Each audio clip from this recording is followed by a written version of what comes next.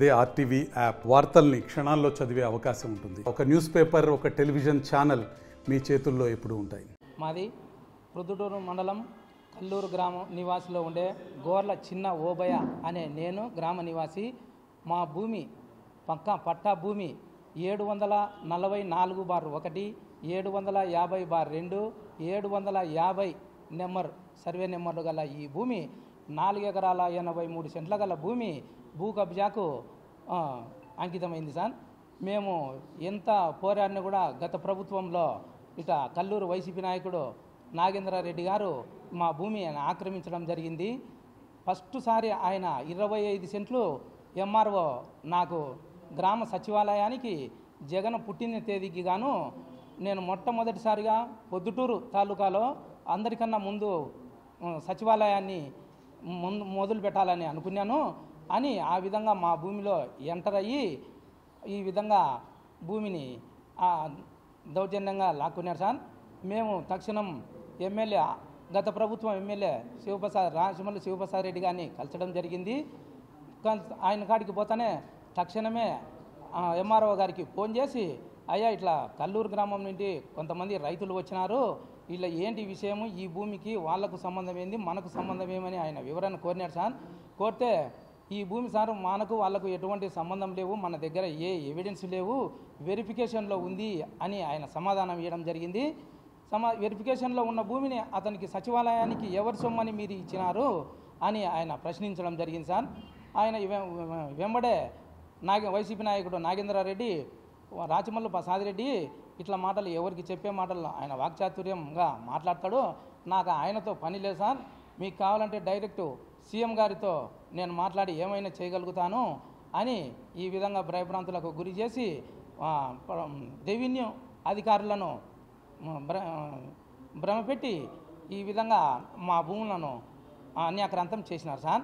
చేసిన వెంటనే మేము సచివాలయము భూమి పూజ చేస్తారు, ఎమ్మెల్యే గారు వచ్చారు అని అన్నింటే ఊర్లో నేను రెండు సార్లు ఆ భూమి పూజ ఎట్లా జరుగుతుందో జరగని చూద్దామని అడ్డుకున్నాను సార్.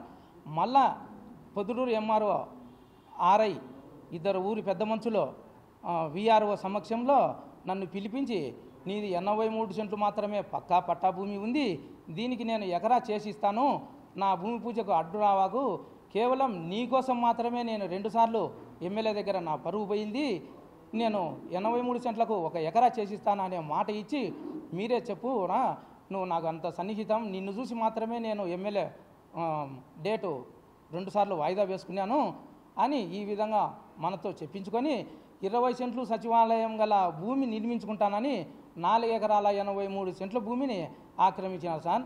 వాటిలో గ్రామ సచివాలయము, ఆయన సొంత విలాసవంతమైన ఇల్లు, ఆర్బీకే ఇట్లా కట్టేసి భూమి మొత్తం దౌర్జన్యంగా తీసుకున్నారు సార్ అని తెలిపడమైనా సార్.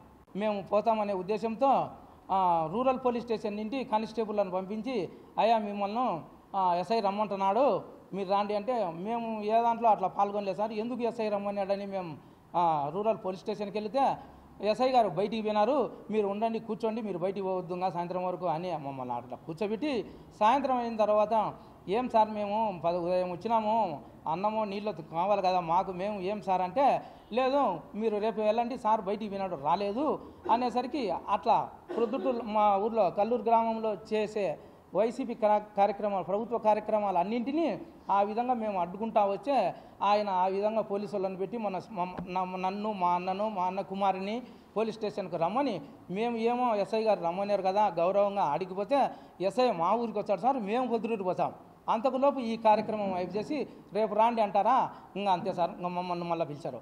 మళ్ళా ప్రభుత్వ కార్యక్రమం ఏదన్నా జరిపేటప్పుడు మా భూమిలో జరుపుతున్నారు, నువ్వు ఏ విధంగా జరుపుతావని మేము అడ్డుకుంటామనే ఉద్దేశంతో మళ్ళీ ముందుగానే మిమ్మల్ని ఎస్ఐ రమ్మంటున్నారని మళ్ళీ పోలీస్ స్టేషన్ నుండి కానిస్టేబుల్లను పంపించడము, ఏమయ్యా రాండి మీకే బాగుంటుంది సార్ రమ్మన్నాడు అని ఇట్లా ఈ విధంగా భయభ్రాంతులకు గురి చేసి గడిచిన ప్రభుత్వ కాలంలో మేము ప్రభుత్వం ఉన్న ఏ కార్యక్రమం జరిగినా కూడా మమ్మల్ని అటెండ్ కాకుండా వాటిలో పాల్గొనకుండా చేసినారు సార్.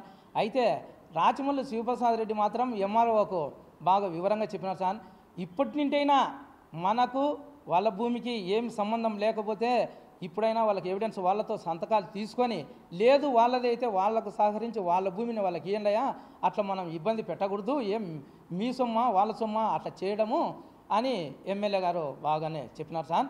చెప్తే ఈయన మాత్రం అట్లా కుదరదు, ఆయన మంచి వాక్చాతుర్యవంతుడు, ఎవరికి చెప్పేది వాళ్ళకి చెప్తాడు, నాకు ఆయనతో పని లేదు సార్, నీకు నాతో పని, డైరెక్ట్ నీకేం సీఎంతో చెప్పాలన్నా ఎస్పీ కలెక్టర్తో చెప్పాలన్నా అనే మాయ మాటలు చెప్పి ఈ విధంగా ఆయన మమ్మల్ని గురి చేసి ప్రతి ప్రభుత్వ కార్యక్రమానికి సచివాలయం కట్టేటప్పుడు కానీ, ఆర్బీకే కట్టేటప్పుడు కానీ, జగనన్న ఇండ్లు కట్టేటప్పుడు కానీ ప్రతి కార్యక్రమానికి మేము అడ్డుకోవడం జరిగింది.